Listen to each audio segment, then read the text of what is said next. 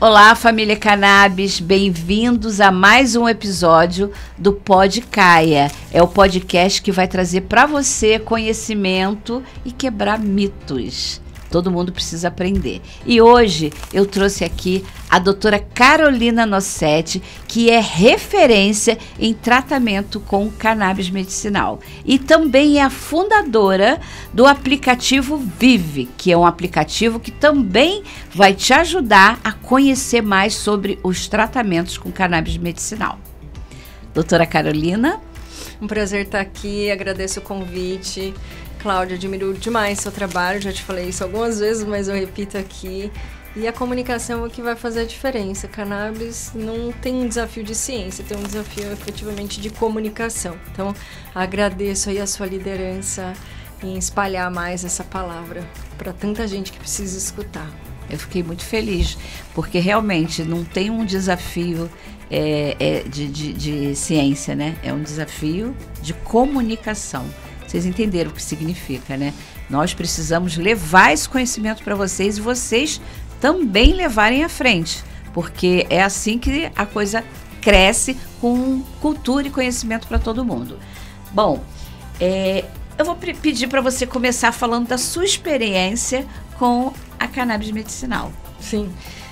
Bom, eu sou médica.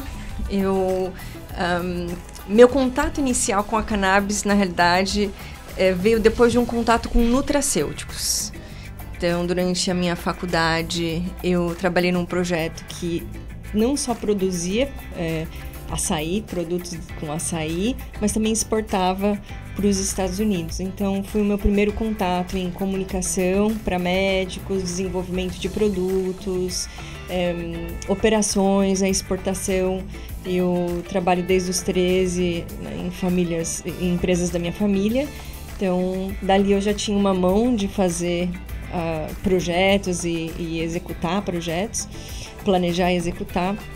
Então, quando veio o açaí, eu me senti com um conhecimento a mais de nutracêuticos. Não sabia que as comidas tinham um potencial terapêutico, e o açaí me mostrou isso. E quando eu me formei, eu me mudei para os Estados Unidos, eu fiquei quase 10 anos lá. Um período de mais ou menos 7 anos eu fiquei em Nova York, um desses anos eu estava em Miami. Chegou uma hora que eu estava estudando 14, 15 horas por dia para fazer o Revalida nos Estados Unidos. Então eu estudava um período e trabalhava um período. Muito tempo. Foram muitos anos, inclusive, que eu consegui fazer esse Revalida, porque ninguém pagava minhas contas, então eu tinha que trabalhar, e em Manhattan é trabalho pesado. Trabalhei de garçonete, de bartender, de subgerente de bar, de gerente de restaurante, no Hell's Kitchen, Upper East Side. Então peguei aquela velocidade, mas muito tempo de trabalho e muito tempo de estudo, né? 14, 15 horas. Chegou uma hora, Cláudia, que eu não conseguia nem comer e nem dormir. E aí eu resolvi procurar um médico e me prescreveram um Zolpidem, que nos Estados Unidos chama Ambien, aqui é o Pax ou Stilnox. E aquilo ali me assustou demais, porque foi tão maravilhoso, eu consegui apagar, que eu falei, se eu tomar mais uma vez eu vou ficar dependente química no dia seguinte. E eu não tinha nem esse tempo, nem esse dinheiro, nem essa disponibilidade mental de ficar dependente de nada naquele momento. Tava sozinha num país que não era o meu. E aí eu vi que eu precisava de uma outra opção e um colega médico questionou se eu tinha considerado cannabis para o meu tratamento. E era um cara muito inteligente, então eu tinha ainda uma visão de que quem usava cannabis ficava deitado no sofá e comendo batata frita. A visão que a maioria das pessoas tem, né? Cannabis é para ficar, né? Eu não tinha ideia, era só ignorante mesmo, não era maldosa. Não, porque a ignorância é isso, é falta de conhecimento, né? Exato. E aí, achei peculiar essa consideração desse colega médico e eu coloquei na internet, né? Comecei a pesquisar. Aí um artigo que eu achei da doutora Cristina Sanches, falando que o THC, um dos componentes da cannabis, tinha um potencial de matar células cancerígenas, potencial apoptótico. Falei, gente, estudando 14, 15 horas por dia, eu deveria saber se tem uma planta que tem um potencial, qualquer potencial numa célula do câncer. E não tinha. Aí pesquiso mais, aí descobri que a gente tem um sistema endocannabinoide. Pesquiso mais, uma longa lista. E eu fiz medicina por idealismo. Porque eu vim de uma família que tem empresários, empreendedores. Não era para fazer medicina. Inclusive, foi um grande desafio quando eu tomei a decisão de fazer medicina. Não queriam que eu fizesse, mas eu queria fazer. Então, naquela hora, Cláudia, todo o meu idealismo veio assim, né, no meu coração, e eu fiquei muito desapontada. Fiquei em estado de choque, não acreditava. Foram alguns dias, uns 3 dias pelo menos, que eu falava, você tá sabendo? Você tá sabendo? Eu falava com as pessoas, você tá sabendo que existe isso? E eu estudava na biblioteca da Cornell, que eu morava em Manhattan, na 69, com a primeira, entra ali próximo uma quadra da Cornell. E eu achei que ali na biblioteca da Cornell, uma das universidades de medicina mais conceituadas do mundo, ia ter um ser vivo que sabia do que eu tava falando. Zero. Eu tinha, do meu lado, eu estudava, tinha uma máquina de impressão 3D moderna, de graça ali na biblioteca, então super moderno, tava ali, mas não tinha uma pessoa para falar de uma terapia que existe há mais de 5.000 anos. Então aquilo ali já começou a não fechar a conta. Falei, não, tem algum motivo muito bom pra gente estar aqui, porque se fosse a minha mãe precisando disso, eu ia estar na rua com a placa, com a bandeirinha. Por que ninguém tá na rua? Pessoas na rua. Eu descobri que há muitos anos tinham pessoas na rua, só que não tinha um jalequinho ali na rua. Eu falei, entendi. O gargalo não é o paciente, o gargalo é o médico. E aí, quando eu entendi que o desafio era de comunicação, não era de ciência, eu comecei a estudar marketing, branding, comunicação. Como é que eu comunico isso para as pessoas? E como eu tinha tido uma experiência anterior em marketing médico, eu entendi que existia uma forma muito peculiar de se falar com esse médico. E comecei a observar no mercado, tinham nomes de produto, a forma com que isso era apresentado, tinha caixinha com cara de óculos, com um sinalzinho da paz, vermelho, laranja. E assim, não precisa ser gênio para saber que médico não gosta de laranja. Mas por que estava ali? Ninguém estava preocupado com o médico, na realidade. E aí eu entendi, estudando mais a comunicação médica, que médico gostava, ou gosta, de Nespresso, Apple e Hermès. É a marca que eles gostam. Eu falei, bom, então vamos fazer uma Apple da cannabis. Precisa ser criativo e reinventar a roda. Médico gosta de ser educado dentro do consultório. Sabe mamãe passarinho que dá uma mastigadinha e cospe na boca do outro pro outro engolir? É assim que o médico está acostumado. Ele é acostumado, alguém vai dentro do consultório dele, dá um copia e cola ali numa receita, deixa um modelinho e ele vai copiar e colar na receita dele fazer.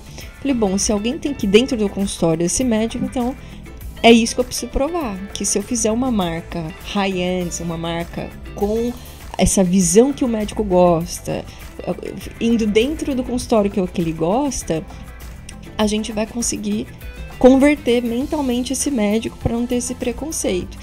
E, Cláudia, como já falei para você anteriormente, não precisava ser o Washington Oliveto. 2 neurônios, talvez 1,5 já resolvesse, e uma paleta de cor azul, porque eu não tinha nenhuma formação.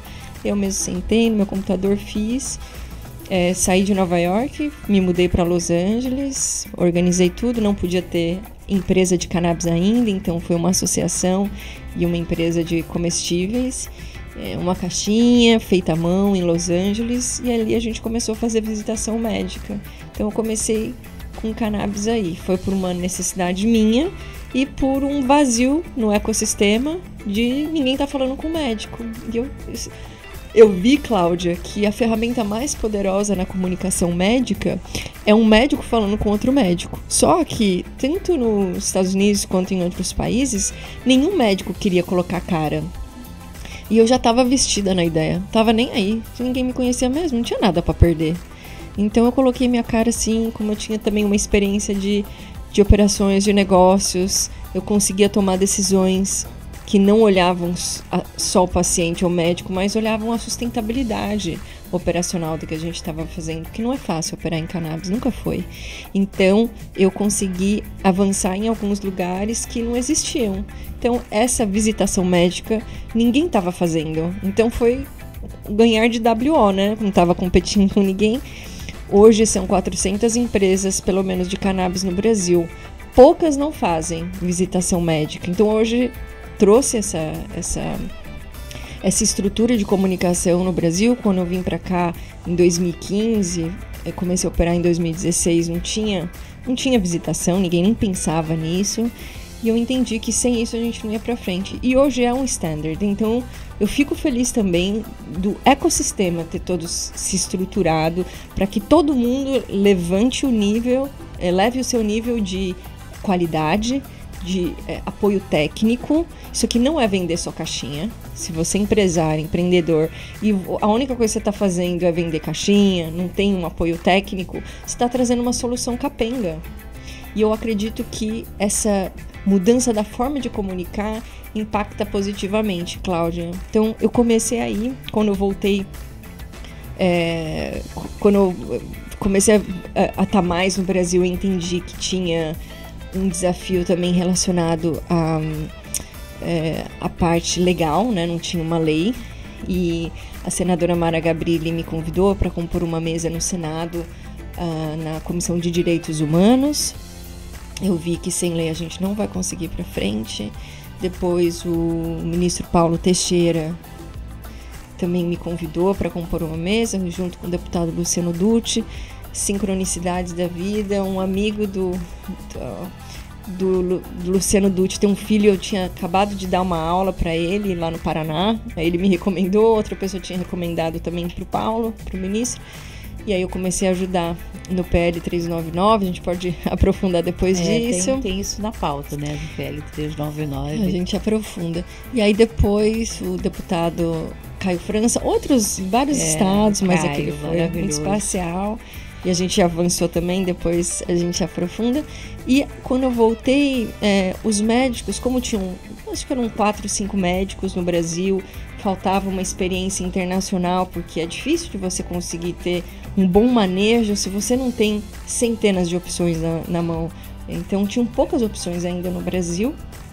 Então, eu acabei recebendo os pacientes graves, pacientes que talvez não tivessem tão confortáveis de ir em outros médicos, ou eram casos complexos. Aí eu reativei meu CRM, que estava desconectado há quase 10 anos, e vi que eu precisava fazer um acompanhamento dos pacientes. Só prescrição efetivamente não ia resolver, e abrir uma empresa de educação também, Cláudia, porque sem educação a gente não ia sair de nenhum lugar. Então, sem dúvida. E mais recentemente, há uns 2 anos, eu decidi fazer algo que estava desenhado desde 2015.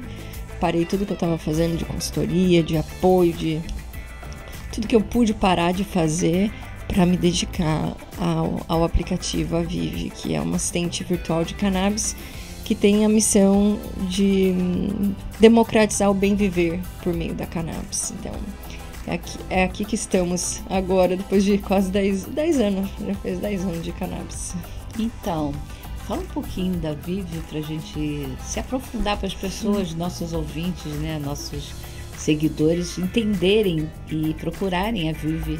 Sim, a Avive é um aplicativo que usa inteligência artificial e informações técnicas para responder 3 questões principais sobre cannabis que os pacientes, os médicos e o ecossistema têm.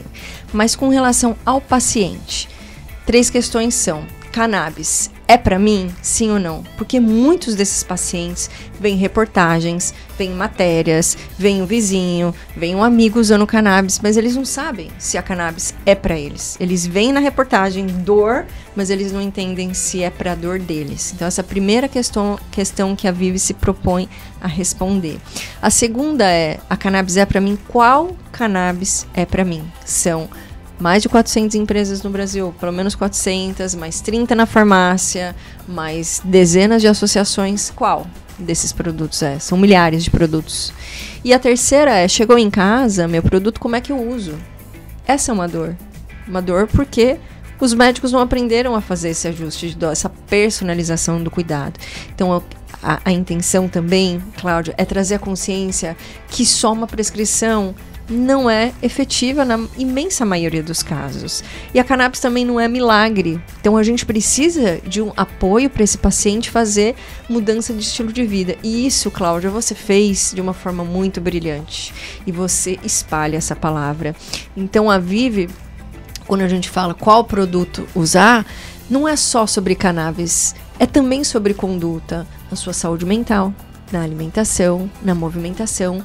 Tudo ali é uma proposta terapêutica, proposta de conduta. O paciente deve levar esse plano terapêutico, que é um dos valores agregados da Vivi, e discutir com o seu médico.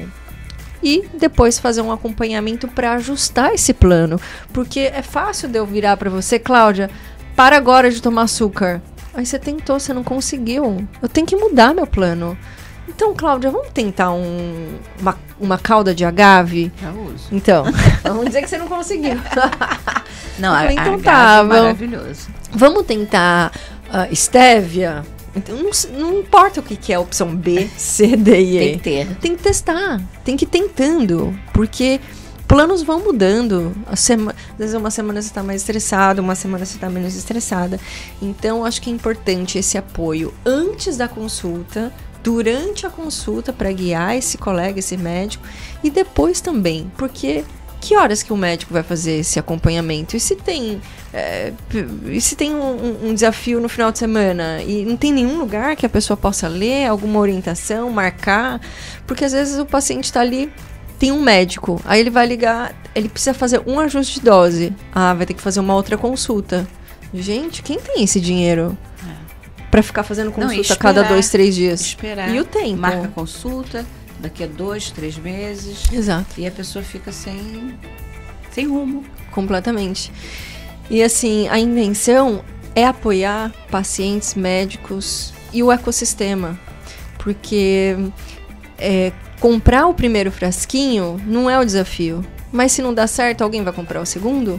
E eu digo isso numa visão de produto, porque o paciente ele precisa continuar usando para efetivamente ver um alívio de sintomas. Não vai ser um frasco que ele vai resolver.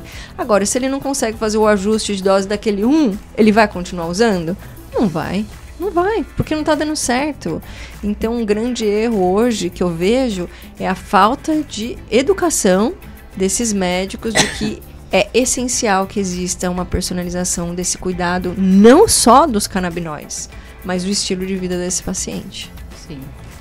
Isso aí a gente já sabe que não tem outro caminho, né? Ou a gente muda de hábitos, que é a coisa mais difícil que tem, né? Porque uma pessoa que já tem aquele hábito há 50 anos, chegar com 50 anos muda tudo, é bem difícil, mas é necessário de verdade. E se você tem uma assistente virtual ali que possa te orientar em alguns pontos, né, de fazer esse acompanhamento de forma estruturada, aí sim, fica um pouco menos complicado, vamos dizer, fácil, nada é. Então, algo que eu idealizei em 2015 é ter esse apoio virtual. Então, para a gente começar a mudar o hábito, primeiro a gente precisa entender o nosso hábito. O que está acontecendo hoje? Trazer essa consciência corporal, a consciência do nosso entorno. E o que a gente entendeu? Que precisa ter um diário. As pessoas precisam colocar a informação ali. Quantas vezes eu tive insônia essa semana e ver o resultado? Como é que tá meu humor nos últimos 7 dias? Sim, olha, eu tive insônia terça, quinta e sábado. O que aconteceu nesses dias? Nesses dias eu tive um estresse com a pessoa X do trabalho. Bom, então vamos resolver isso. Se é terapia, se é conversar com essa pessoa, se é distanciar dessa pessoa. Não importa também o que seja, mas tem que tirar isso da frente, porque só a cannabis não vai resolver o seu desafio. Não, olha, eu tô vendo que quarta e domingo eu tive dor nas costas. O que eu fiz? Pô, eu carreguei a caixa sem postura, vai ter dor. Então, da próxima vez, eu não vou carregar essa caixa sem fazer uma postura. Mas a gente só consegue mudar esses hábitos se a gente tá sabendo. Mesma coisa do leite. Eu parei de consumir derivados do leite e glúten, não porque eu tenho alergia, que eu tenho sensibilidade, mas que eu vi que não tava me fazendo bem. Com uma barriga de grávida, eu preciso pensar rápido, eu tenho 200 coisas para fazer por dia, tem que estar rápida. E eu percebi que me deixava lenta, que o meu foco e a atenção não era o mesmo. Quase assim, caindo. Carne é a mesma coisa. Eu como carne de vez em quando, mas não é parte do meu dia a dia. Eu gosto de comer comida vegana, principalmente, porque eu me sinto bem. Só que, se você tá ali, se você vê no seu diário, Cláudia, olha, segunda e quarta eu tive fadiga, e foram esses dias que eu comi açúcar, que eu comi leite, que eu comi o que seja, tomei leite, você vai falar, você faz uma correlação. Liga o Lé com Cré na nossa cabeça. E daí que a mudança vem. Um outro ponto são os alertas. Às vezes as pessoas esquecem de tomar remédio. Então esse é um outro ponto da Vive, a gente mandar alertas para as pessoas lembrarem de tomar sua medicação. Então a gente viu que era importante ter esse lembrete. Evolução também, da pessoa conseguir observar num gráfico a sua melhora. Um outro ponto é o acompanhamento, que é a máquina perguntar um set ali de questões relacionadas à saúde. E a subscrição, né? Quando faz a subscrição, são X acompanhamentos por mês. A pessoa pode escolher quão frequente ela quer fazer esses acompanhamentos. E assim ela pode ter ali um apoio da máquina para ter uma proposta terapêutica. Porque o desafio aqui, Cláudia, é que os médicos não sabem fazer o ajuste de dose. Então a gente quer que o paciente tenha isso e o médico que, olha, a máquina está propondo isso. Aí o médico toma a decisão se ele quer seguir o que a máquina está falando ou não, mas pelo menos o paciente vai ter a opção de colaborar com o seu médico para apoiar nessa parte técnica e acelerar, porque ninguém tem uma semana para fazer ajuste de dose. Não. É cruel e é desesperador. Às vezes a gente precisa estar vendo uma situação e quer fazer. Será que se eu der mais uma gota? Será que uma menos, duas? A gente tem que ser rápido, né? Porque a situação às vezes é desesperadora. E nem sempre dá para esperar. E conteúdos de uma maneira geral, Cláudia, porque a gente precisa educar essas pessoas. Então essa Vive, assistente virtual de cannabis, a gente sabe que precisa alguém pegar na mão desses pacientes, que seja uma tecnologia, que seja uma pessoa, que não importa, alguém precisa estar ali com esse paciente. E esse foi o diferencial da Interdoc, né? A Interdoc não está mais funcionando, que é a minha clínica, a gente passou tudo para Vive, porque a intenção era a gente mostrar que existe como fazer um trabalho de excelência trazendo um programa. Eu nunca ofereci consulta no meu consultório, nunca fui a favor disso, porque não é efetivo, só consulta, pouco efetivo. Então eu fiz um programa em 4 etapas, tinha o acolhimento, a triagem, a consulta e o acompanhamento terapêutico de 6 semanas, liderado pelo farmacêutico no telefone. Isso é financeiramente inviável para muitas pessoas? É isso que eu ia falar. Porque é um trabalho de excelência, são vários profissionais, né? Eram quase 20 profissionais. Então, como é que fecha essa conta? Mas a intenção não era fechar a conta, a intenção era provar que o modelo funcionava Então, eu fiz toda essa passagem de conhecimento para a máquina e agora a gente está treinando essa máquina por meio de tecnologia para que a máquina aprenda com os pacientes. Então, é uma máquina, Cláudia, que evolui com o paciente, que entende, ali nesse paciente é mais rápido, o aumento é mais devagar, quais são os efeitos colaterais? Olha, esse produto aqui está funcionando melhor para esses pacientes aqui desse nicho. Talvez tenha algum terpeno ali. Não sabemos, mas a gente só vai saber se a gente conseguir coletar essas informações de saúde. Então, Cláudia, para a gente conseguir personalizar esse cuidado, por que a gente tinha tanta resposta? Tanta, faz nem sentido, porque a gente tem muito paciente que já passou por 3 médicos de cannabis. É assim que os pacientes chegavam na gente, desesperados. Por que a gente fez um trabalho de excelência na Interdoc? Porque a gente personalizava o cuidado de que forma? Primeiro, Cláudia, coletávamos dados semanalmente por um profissional técnico. Porque a Vive não é só máquina. Tem um time de humanos da Vive ali funcionando, né? Mas, agora na Vive, a gente está trazendo isso, a personalização do cuidado, a gente coleta esses dados. Segundo, a gente educa esses pacientes. A gente nunca foi um manda e outro obedece. Ali, inclusive, na minha equipe, os profissionais da equipe multi, eles são horizontalizados. Não tem um médico manda mais que os outros ali. Nunca acreditei nisso, por mais que eu seja médico. Aliás, em cannabis, eu não acho que o médico é o principal. O médico é muito bom de diagnóstico e prescrição. Mas vai tentar ligar 3 vezes pro seu médico e falar para ele ajustar a sua dose.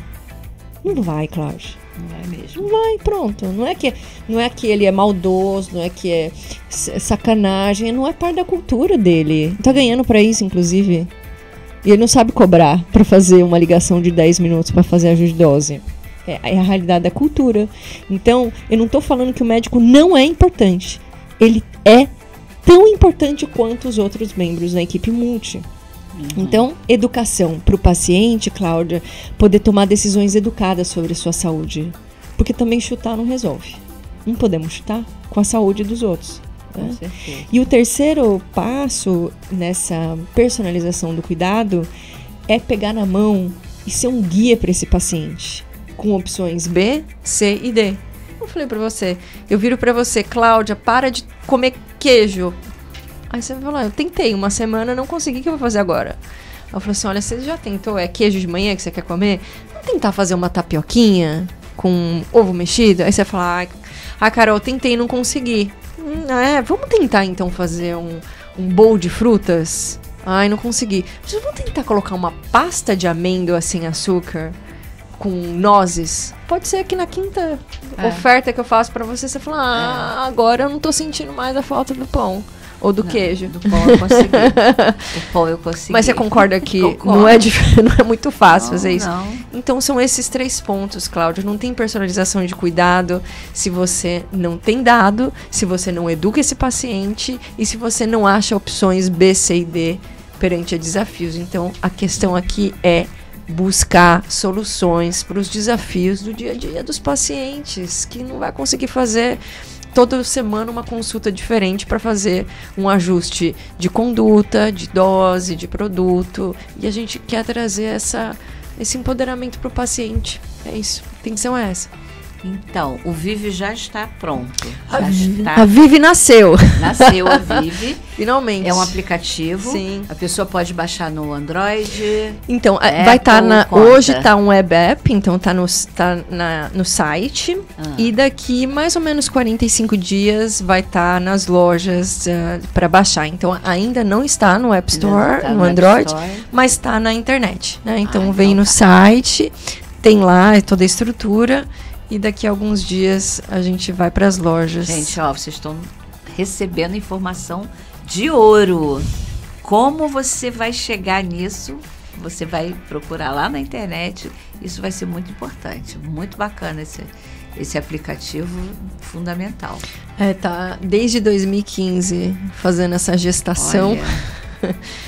E é algo que eu tenho muita, assim, dedicação nos últimos anos, porque sem essa orientação é difícil para o médico e para o paciente, Cláudia. Imagina um médico que teve preconceito a vida inteira, aí do nada o paciente vai lá e o paciente é insistente, né? Porque a gente tá querendo cuidar da nossa saúde. Foi o que aconteceu comigo. E tem que ser. Eu queria, quando eu descobri que... Porque eu já conhecia cannabis para autismo, para convulsões, só. Né? Quando eu vi aquele vídeo maravilhoso do Ivo, eu falei, eu quero para minha mãe. É isso. A minha mãe tem que usar. Eu já não estava satisfeita com o tratamento tradicional, não estava tendo resposta. Eu falei, não, é isso aí. E aí eu fui atrás. Mas aí, só que eu sabia que não era todo mundo que prescrevia, ainda mais que ela se tratava no hospital público, né? Eu não ia conseguir. Então, internet, melhor, prescritor, Rio de Janeiro, aí achei e pronto. Aí ela começou, foi com um óleo importado muito bom e assim, foram... Mas eu não tive problema de prescrição, porque eu acho que eu tive muita sorte que o primeiro deu certo, o segundo deu certo e o segundo está até hoje. Então, que bem. Muito bom, muito bom. Agora eu me informo também, né? Então eu vejo quando ela precisa de reajuste, eu corro atrás, precisa de reajuste, precisa de uma dose diferente e eu corro atrás. Mas isso é estudo, né? Que a gente fica ali, pesquisa, não ficar só no que oferecem, né? Procurar, pesquisar, e isso vai ser muito bom, esse aplicativo que você já vai levar para o seu médico o que pode ser, que vai resolver, né? Uma opção que pode resolver, isso é muito bacana. Para ele começar a fazer essa reflexão. E o que você adquiriu, Cláudia, é autonomia. Você estudou, se aprofundou, e hoje você tem essa autonomia. Claro que quando você precisa fazer ajustes maiores ou inclusão de produtos, você tem pessoas próximas, técnicas que podem te ajudar. Sim. Mas você aprendeu a fazer esse ajuste de forma autônoma, que é isso. E deveria ser assim com tudo, Cláudia. Até com Rivotril. Com certeza. Se a gente pensar que o Brasil é o país que mais consome Rivotril do mundo e o país com mais ansiosos, deveria começar por aí, né? Dor, ansiedade, insônia. Como é que eu faço o ajuste para eu ter essa autonomia também? E o Rivotril, provavelmente, se fosse personalizado, a gente não teria essa quantidade de gente usando. Porque se tem uma coisa que a grande chance de dar errado é quando você dá um comprimido 3 vezes por dia para todo mundo de qualquer coisa. Exatamente. Não faz nenhum sentido. E aí eu fico pensando, isso o paciente aceita. Por que ele não aceita que tem que mexer? Como assim? Você recebe uma prescrição de uma gota e você fica satisfeito com isso? Uma gota. Quando alguém fala para mim, não funcionou com a minha mãe, eu falo, tá, quantas gotas? Qual era? Uma gota, 2. Eu falo, lógico que não vai resolver.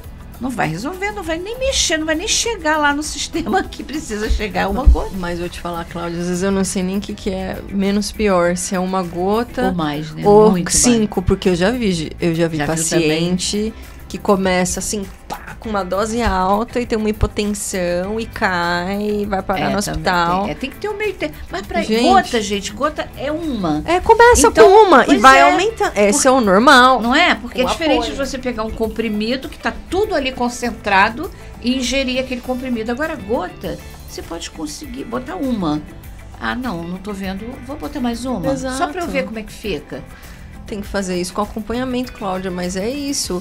E assim, mesmo sendo um comprimido, talvez a pessoa não precisasse desse comprimido inteiro, mas ninguém sabe, porque começa lá com 50 miligramas de blá, o que blá, blá. Eu vejo lá com eu não vou falar os nomes, mas os antipsicóticos, né, que para doença de Alzheimer, né, foi o que me fez sair da linha farmacológica tradicional e procurar a alternativa da cannabis. Foi por causa de antipsicótico que deixou minha mãe rígida, arrastando os pés e com a coluna torta. E nem era tanta dosagem assim, não era nem tão alta. Mas quando eu vi aquilo, eu falei, é remédio. Aí eu tirei. E consegui. Graças ao Ivo, que é inspiração para muitos, abençoado Ivo, é inspiração para muitos. Sim. Né? Foi mesmo. Inspirou muitos. Muito. Então, doutora, dando continuidade no aplicativo, tem uma pergunta aqui que eu queria te fazer. Como você vê o desafio de padronizar as formulações com terpenos em pesquisas e ensino aos médicos no Brasil? Grande desafio. E eu acho muito difícil a gente conseguir fazer essa padronização. Inclusive, a gente está tentando colocar uma planta super complexa numa caixinha que foi feita para algo que tem 2 compostos. 3 no máximo. Não 480 opções diferentes. Então, ter esse standard, tudo igual sempre, absolutamente, eu nem sei o quão bom isso é para o paciente, porque pequenas variações de componentes ali, eles trazem uma efetividade. Eu te dar um exemplo. Nos Estados Unidos, é comum ter algo que se chama Cannabis Holiday, ou feriado de cannabis, que eles param de usar 15 dias porque não está fazendo mais o efeito. Quem faz o uso crônico de produtos de THC por via fumada, vaporizada, dizem que depois satura ali os receptores, as respostas não são a mesma. Então, por isso que paciente que usa uma quantidade, né, via fumada, que nem é a via que os médicos recomendam, fino ou grosso, não faz muita diferença na resposta do paciente, porque tem uma saturação ali. Chega um momento que não é porque você está consumindo mais que você vai sentir mais. Só que como tem muitos compostos, é difícil da gente fazer essa padronização. E no caso desses pacientes que a gente já não vê o mesmo efeito, né, que vamos dizer que acostumou com a terapia nos Estados Unidos, eles planejam essa parada, né, essa sessão de uso por 2 semanas, mais ou menos, e aí volta. Tem uma outra forma da gente fazer, que eles fazem nos Estados Unidos, que é programar troca de cepa. Então hoje eles usam uma cepa, daqui uma semana eles trocam a cepa para não ter o corpo não ficar acostumado, vamos dizer assim. Então, eu acho que é interessante, na visão Anvisa, ter algo mais standard. Eu acho que é válido. Eu não sei o quão válido isso é para o paciente, mas considerando que hoje o formato de registro de produto depende de uma consistência, e assim, falta conhecimento ainda do terpeno, da importância dos terpenos, nem tão cedo eu acho que a gente vai conseguir ter um produto registrado de cannabis ou um medicamento, porque são muitos compostos diferentes para a Anvisa conseguir registrar. Eu acredito que seja muito difícil, apesar de eu achar ótimo o terpeno. É das 3 principais categorias de compostos dessa planta: canabinoides, terpenos e flavonoides. Então, os terpenos são os óleos essenciais, tanto um quanto outro tem potencial terapêutico, e os flavonoides é o que dá cor e sabor aos alimentos. E eles também têm um potencial. Então, não é só o terpeno que a gente deveria estar falando, também dos flavonoides e outros compostos menores. Mas como que a Anvisa vai conseguir ter esse entendimento? Que talvez nesse remédio tem 0,00 nada desse terpeno, e tá um pouquinho a mais ou um pouquinho a menos. Eu acho que do formato que tá, difícil. Mas temos fitoterápicos registrados, então talvez achar uma categoria que seja mais apropriada para cannabis. Não é impossível, não, difícil. Tanto é que a gente não vê tantos produtos de farmácia, nenhum deles efetivamente falando de terpenos. Porque é difícil mesmo. Já é difícil registrar um produto só com canabinoides. No começo era um isolado, então agora já tem os produtos full spectrum na farmácia. Então, alguma coisa é possível fazer, mas algo que seja assim bem embasado, terpenos, com variabilidade ali, não sei quanto tempo demoraria. Já avançou da gente ter um produto full spectrum na farmácia. Então, questão de tempo, né, e de estrutura. Achar uma estrutura que permita esse registro e essa valorização do terpeno. Os terpenos devem ser absolutamente mais... deveriam ter um pouco mais de destaque, mais valorizados, diria. Doutora, qual a importância da composição desses componentes para a medicação? Eu vou trazer um pouco de informação sobre o que está disponível hoje. Então, hoje a gente tem produtos full spectrum, sim, que são da planta como um todo. A gente tem produtos broad spectrum, que são todos menos o THC. A gente tem os produtos isolados, seja CBD isolado, THC. A gente tem compostos específicos ali, né, nesses produtos. E a gente tem os sintéticos que não são permitidos no Brasil. Os estudos mostram que existe um potencial maior de efetividade quando o produto é advindo da planta como um todo. Então, os produtos full spectrum, e a gente observa isso muito claramente, de forma muito evidente na prática clínica, que produtos full spectrum da planta como um todo, a gente precisa de uma quantidade menor de produto e a gente tem menos efeitos colaterais. Porque se você está consumindo menos produto, a chance de você ter efeitos colaterais também diminui.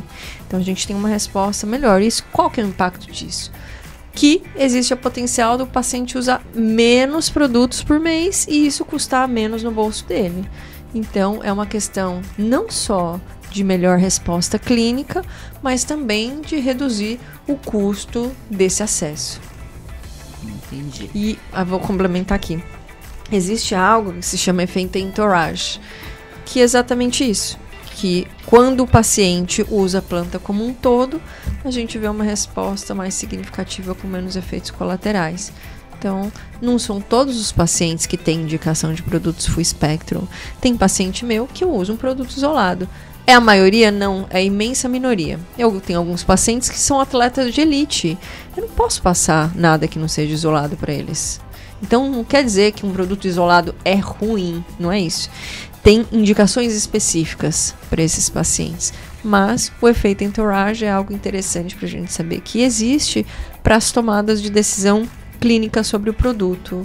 E se o paciente tiver a possibilidade de usar um produto full spectrum, para isso ser privilegiado, não só porque é melhor para o paciente, ter mais efetividade, né, no alívio de sem sintomas, mas também ter o potencial de reduzir os custos por mês desse produto. Hoje existe uma sugestão de mudança de categoria, então isso permitiria que a cannabis não estivesse do lado de substâncias como a heroína, por exemplo, e essa reclassificação pode impactar aqui positivamente no Brasil também, porque hoje na categoria que está, não existe evidências de impacto positivo na saúde, como se fosse uma droga que não ajudasse em nada. Mas a gente sabe que ajuda, então faz todo sentido uma mudança de categoria dessa substância e tudo que você tira essa carga de perigo, de falta de segurança, de falta de efetividade, traz para a normalidade. Então eu vejo como muito positiva essa mudança de classificação e acredito que vai impactar de forma positiva aqui no Brasil também, não só lá, mas aqui também. Ai, que bom. Bom, doutora, mais uma pergunta. A senhora sabe que eu sou paciente de cannabis, assim como a minha mãe, e as pessoas, né, eu tenho um envolvimento muito grande com essa questão, porque as pessoas veem como a minha mãe está bem e querem saber, né? Querem ter. E a maioria dos médicos falam que não tem embasamento científico. E eu queria falar sobre isso um pouquinho, sobre esse embasamento. O que mudou de um tempo, da época que eu comecei, ou que, né? Porque hoje, gente, tanta coisa, né? A gente sabe que tem. E por que não tem? Tem ou não tem embasamento científico? Então, a gente tem algumas condições onde a gente tem evidências conclusivas sobre o uso. Então, tem um livro que foi publicado pela editora do Conselho Federal de Medicina, que menciona, né, ali dentro do conteúdo 3 condições onde a gente tem evidências conclusivas, que são dor, náusea e vômito de pacientes usando quimioterápicos e espasticidade da esclerose múltipla. Considerando que a gente tem um medicamento nos Estados Unidos, que é o Epidiolex, que é para epilepsias refratárias, são condições muito raras ali, também temos essa evidência conclusiva pelo FDA. Então, essas 4 condições a gente tem evidências conclusivas. Mas, na prática clínica, a gente vê outras condições, muitas outras, que apesar de a gente não ter um nível de evidência conclusiva, às vezes a gente tem uma evidência moderada, às vezes a gente tem uma evidência limitada. Quer dizer que não tem evidência? Não. Quer dizer que o nível de evidência não é robusto o suficiente para a gente falar absolutamente. Agora, é uma planta que tem mais de 5.000 anos de história e é uma planta que na prática clínica a gente vê condições que têm seus sintomas aliviados. Então, por exemplo, distúrbios do sono. Por esse mesmo livrinho impresso ali na editora do CFM, ali está escrito que distúrbios do sono temos evidências moderadas. Então, tem alguma evidência. Se é suficiente para uma prescrição, isso, Cláudia, vai depender de algo que se chama ato médico. Quer dizer que o médico e o paciente, dentro do consultório, têm autonomia para a tomada de decisão com base, seja em evidências moderadas, seja na segurança dessa terapia, porque se não tivesse segurança, não está na farmácia, não é? Está na farmácia, está sem indicação. Né? Para que foi isso? Não tem, isso aqui é para isso, como tem o Mevatil, mas tem segurança para o paciente e o médico tomar decisão. Quer dizer que os dois se corresponsabilizam. Se tiver um efeito colateral, se tiver algum desafio ali, é o paciente e o médico que tem que estar muito consciente e assinar que estão combinados ali, que existe essas possibilidades de efeito colateral. Não é, Cláudia, uma planta sem efeito colateral, mas que a gente consegue reduzir a chance desse efeito colateral quando o médico avalia o paciente, quando esse paciente faz os ajustes corretos de doses seguindo a recomendação. Então,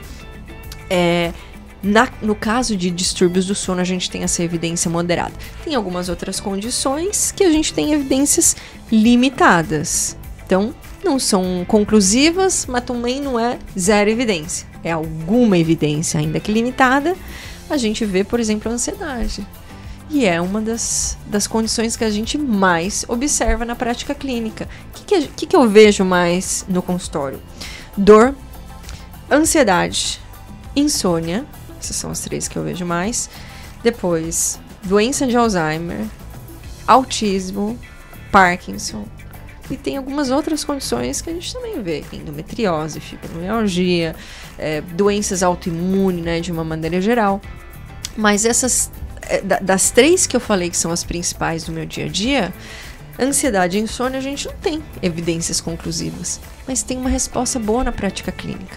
E tem uma segurança para eu ter tranquilidade, junto com o meu paciente, de falar, você está sabendo que no distúrbio do sono as evidências são moderadas? Tá?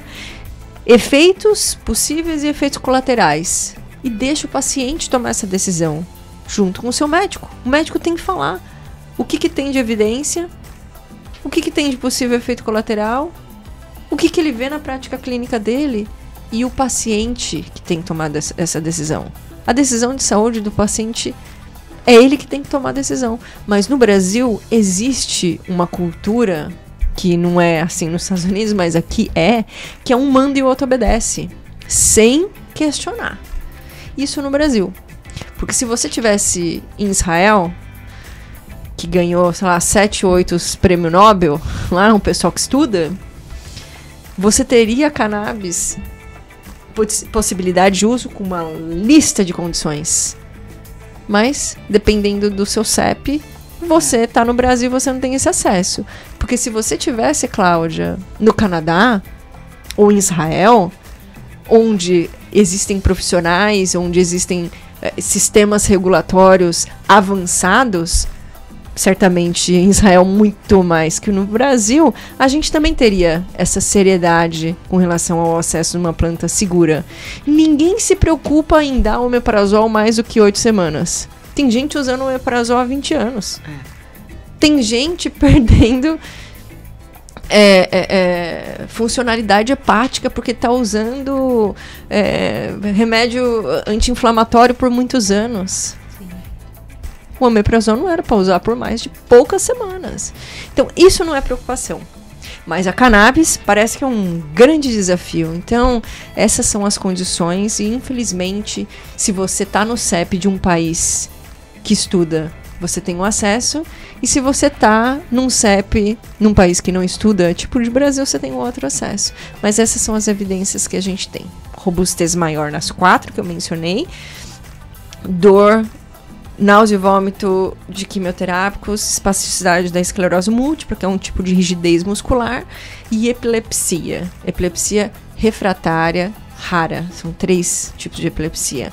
E o restante são, na prática, são condições que na prática clínica, com mais ou menos evidência, se é limitada, se é moderada, a gente vê respostas positivas, mas essa é uma decisão que eu não posso falar. Use. Isso é uma decisão que eu tenho que tomar pelo ato médico que me protege meu paciente. Eu tenho que tomar essa decisão ali dentro do meu consultório. Mas isso aí também, eu acho que esse conhecimento que a gente está tentando trazer para a população, para os pacientes, é muito importante. É muito importante quando você consegue se impor com um médico da maneira correta, porque você sabe o que está falando. A mamãe teve a fratura no fêmur, ela foi internada, fez uma cirurgia, e eu falei, a minha mãe usa cannabis medicinal. É esse o remédio que ela usa. Ela não vai tomar Aldol, Fenergan, não permito. Tudo que entrar aqui para ser passado para ela, eu quero saber o que é. E eles respeitaram. Mas você tá sendo o líder, né, da saúde da sua mãe e da sua saúde também.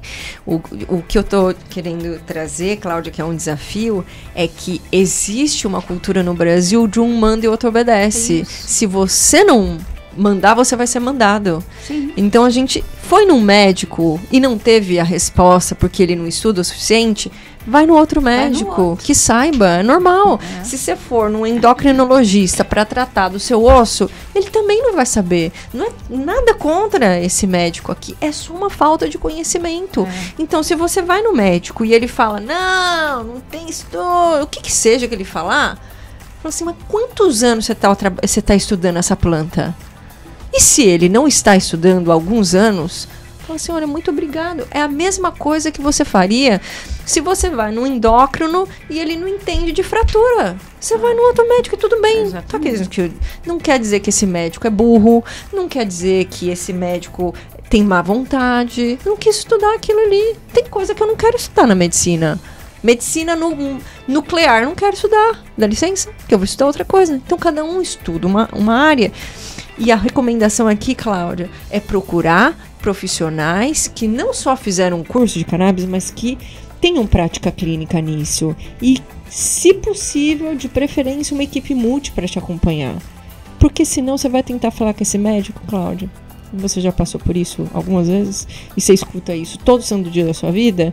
Do paciente tentar falar com o médico para fazer ajuste de dose e ser cobrado por uma consulta para fazer isso acontecer. Então, ou bem um médico faz o seu ajuste de dose quando você ligar, pode cobrar, ele não vai fazer nada de graça, mas esteja lá disponível, porque se você é médico e você fica uma semana para responder seu paciente para fazer um ajuste de dose, isso é cruel. Isso é cruel. É a última esperança desse paciente a cannabis, gente, muitas vezes. Então pergunte para o médico se antes de pagar, fazer essa consulta, você vai fazer o meu ajuste de dose? Você vai me atender dentro de 48 horas? Às vezes, 12 horas não vai te responder mesmo. Nenhum. Nem pagando. Mas dentro de um tempo que seja minimamente aceitável, você vai me atender? Não vai me atender? Você tem um farmacêutico na sua equipe? É que eu exigiria. Ou o médico bem me faz o ajuste de dose, ou tem uma equipe multi ali para me ajudar. Porque senão vai correr o risco da pessoa ter uma prescrição e um produto e não saber o que fazer com isso aqui. Porque se ele olha ali 3 gotas 2 vezes por dia, e se a dose dele for 5? Não vai funcionar. Ele vai desistir. Vai dizer, não fez efeito. É o que eu ouço muito. Para minha mãe não resolveu. Ou então piorou. Para minha mãe piorou. Ela ficou mais agitada. Eu falo, gente, mas esse é ajuste. Cada um tem o seu sistema. É particular, é individual. Tem que fazer um ajuste. Doutora, conta para mim. Qual a segurança e a eficácia nos produtos comestíveis? Aqui no Brasil é um pouco complicado falar de produtos comestíveis porque a Anvisa não permite comida com medicamento ou com produtos terapêuticos. A gente tem alguns produtos que eles estão permitindo, por exemplo, hoje vitaminas, tem aquelas gelatininhas, né? Antes não podia, agora está podendo. Tem também esses produtos de cannabis que tem essas formulações, essa possibilidade, né, via de administração oral por meio desses comestíveis. Então existe, sim, tanto do óleo quanto desses produtos, quanto dos produtos tópicos, um potencial terapêutico de alívio de sintomas. E a segurança é a mesma da origem desse produto, porque se ele está ali no comestível, é porque ele veio de uma base líquida, uma pasta de resina, uma pasta de canabinoides. Então, segurança e efetividade desses produtos comestíveis é similar aos outros, depende do produto. Mas e a quantidade? Se a pessoa se empolgar e comer mais? É a mesma coisa do que se a pessoa se empolgar e tomar mais gotas. Pode ter um efeito colateral. Comida, a gente já pensa, né? Que eu acho que, não sei, eu penso que quando a pessoa está usando a gotinha, se o médico um pouco mais fácil de controlar. Absolutamente.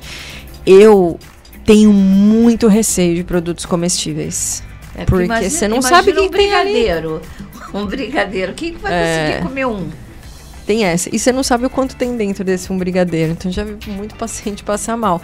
Mas assim, se é de uma empresa que fez ali a análise, está escrito tantos miligramas, que a minha recomendação para os meus pacientes normalmente cada caso é muito específico. Mas eu normalmente começo com óleo em gotas. A hora que eu atinjo entre 25 e 50 miligramas, que normalmente essa é a quantidade desses comestíveis, às vezes um pouco mais, às vezes um pouco menos. A hora que eu atinjo uma dose, agora tá fazendo, vamos dizer, 50 miligramas no dia, e tem um comestível de 25, você faz o comestível de 25, e o restante inclui o óleo.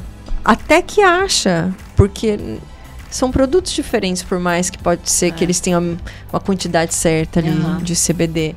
Então, é ir fazendo essas tentativas de forma muito conservadora, mas sim, é um produto viável. A gente tem que, entender que tem que ser o consumo responsável mesmo, né? Sim. Qual a sua opinião sobre a fabricação própria de cannabis? Sim, é um desafio muitas vezes porque nem sempre as pessoas têm controle dentro da sua casa. Normalmente a produção de cannabis não é das mais complexas. São processos, temperatura, equipamentos que devem ser seguidos. Mas se você está fazendo isso dentro de casa, qual o controle que você tem que um pelo do gato não vai voar? Que a criança não vai passar ali e vai derrubar a panelinha? Ou se ficou 1 minuto a mais ou a menos ali esquentando, porque muda a quantidade de canabinoides. E aí vamos dizer que chegou no final. Quem que testou para ver se é isso mesmo? Então, como processo, eu acredito que exista uma possibilidade de se fazer isso em casa, mas como segurança, eu não sei, porque eu não sei o que tem ali, eu não sei quanto de estrutura para seguir aquele processo o paciente tem. Agora, Cláudia, a gente tem que pensar que as pessoas às vezes não têm outra opção. E aí a gente tem que ser humano antes da gente ser técnico. Porque muitas mães fazem isso dentro de casa e tem respostas positivas. Aí, tirando o chapéu de médico e colocando o chapéu de ser humano, se aquela mãe está fazendo, está seguindo os protocolos e está tendo um alívio de sintomas, essa é uma decisão que essa mãe tem que tomar com o seu médico. E ver o quão seguro mais essa produção pode ser. Aí você fica assim, melhor eu não fazer e eu ficar com sintomas, uma mãe com uma criança com autismo dentro de casa, se cortando, sangrando o dia inteiro, ou tentar fazer uma planta que não é das mais complexas para fazer extração e fazer isso dentro de casa e correr o risco de ter um alívio de sintomas, apesar de não ser ideal, apesar de não ser um mega controle, apesar de não ter um exame para atestar o quanto tem ali.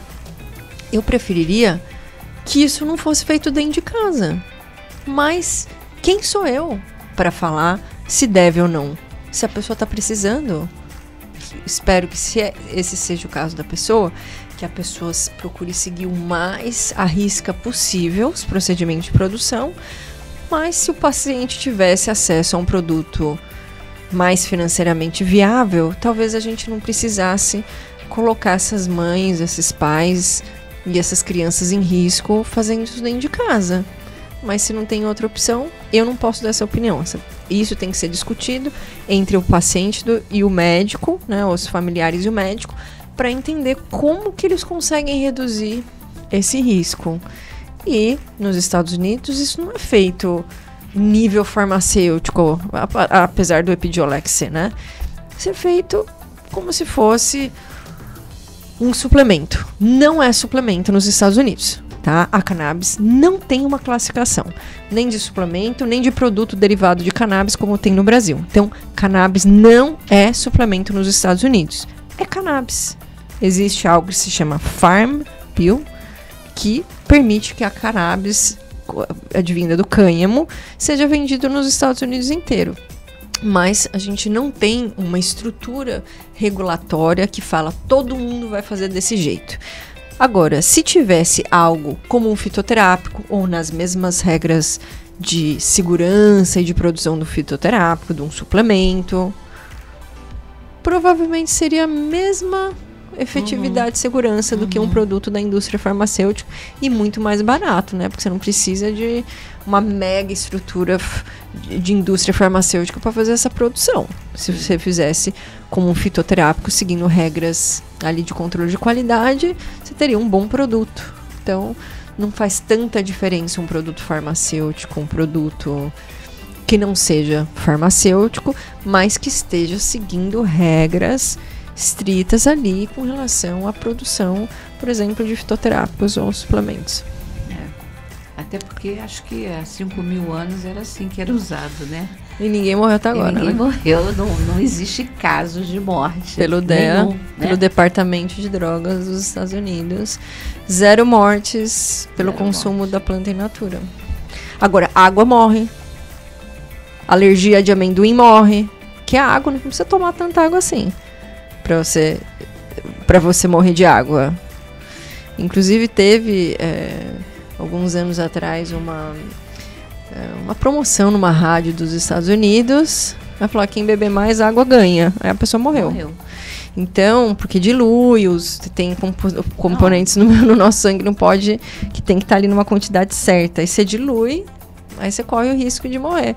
E ninguém tá querendo proibir a banana ou amendoim. E a cannabis, que não tem mortes relatadas, existe todo esse desafio de entendimento da sua segurança, né, Cláudia? Ainda vou entender isso.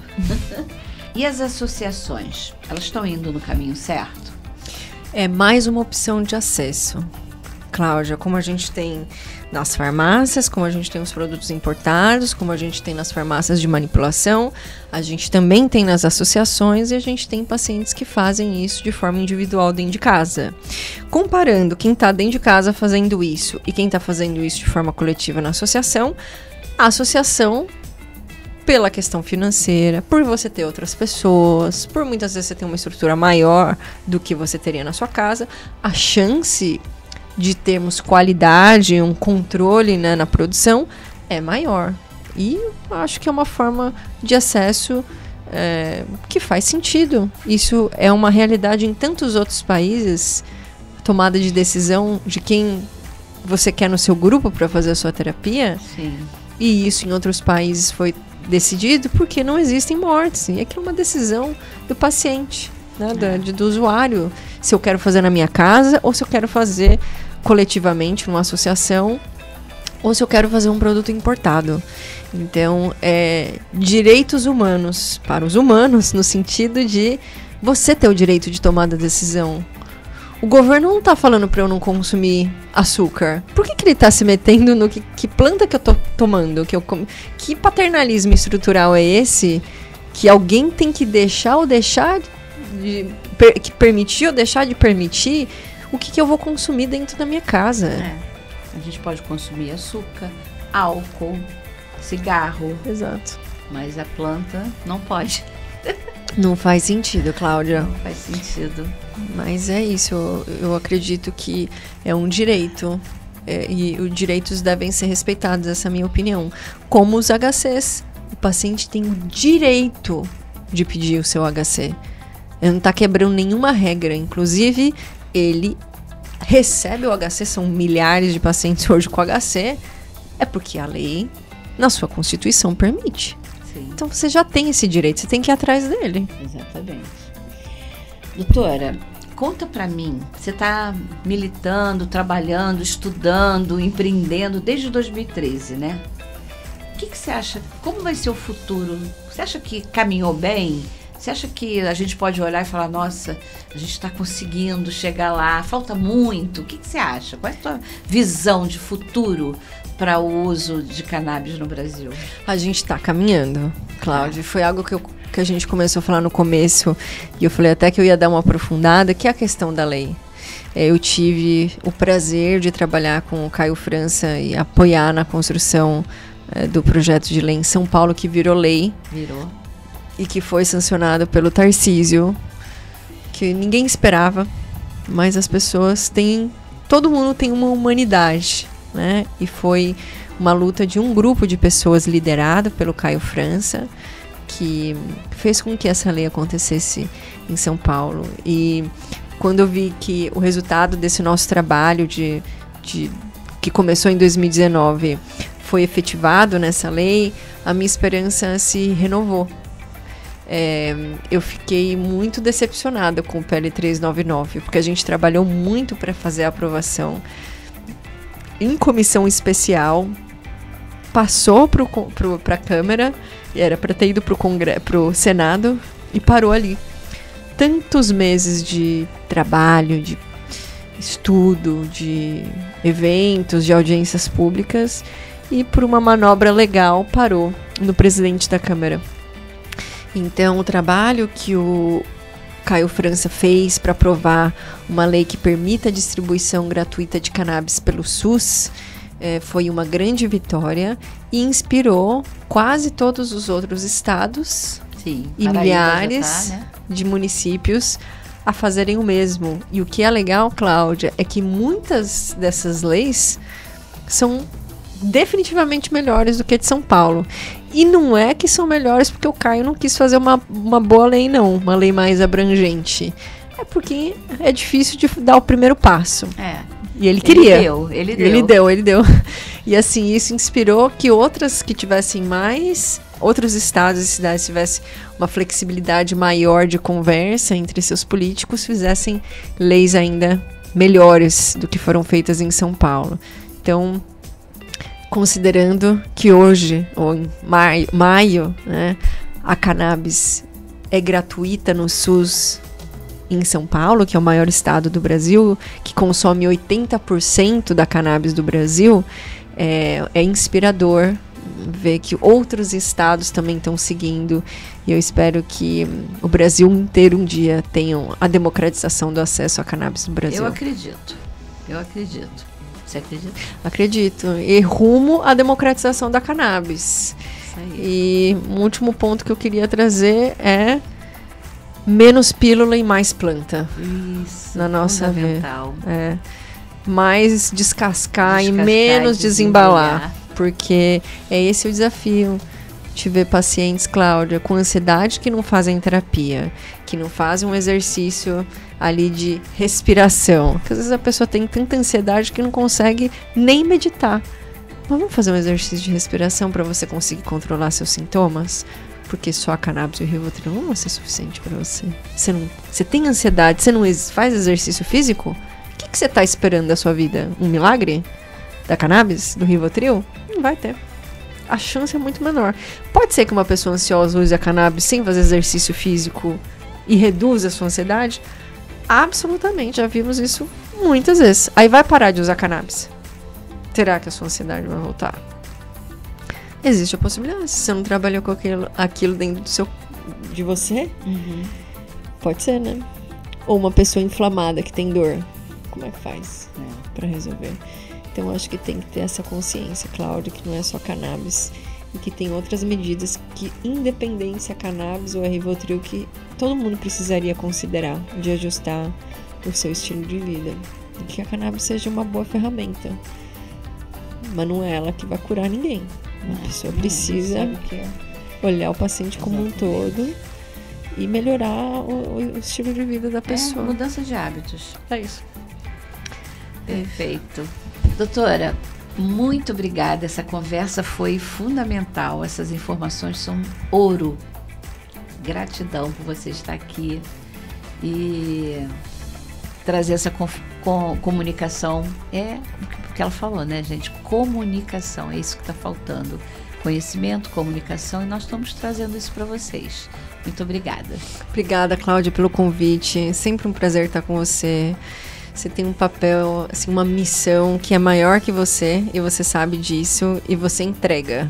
Você tá lá com a bandeira na mão, no meio da madrugada, para cima e para baixo, porque não é fácil ter essa bandeira, é uma responsabilidade enorme. Mas você não faz isso só para você e para sua mamãe, porque no final você já resolveu o que você precisava resolver.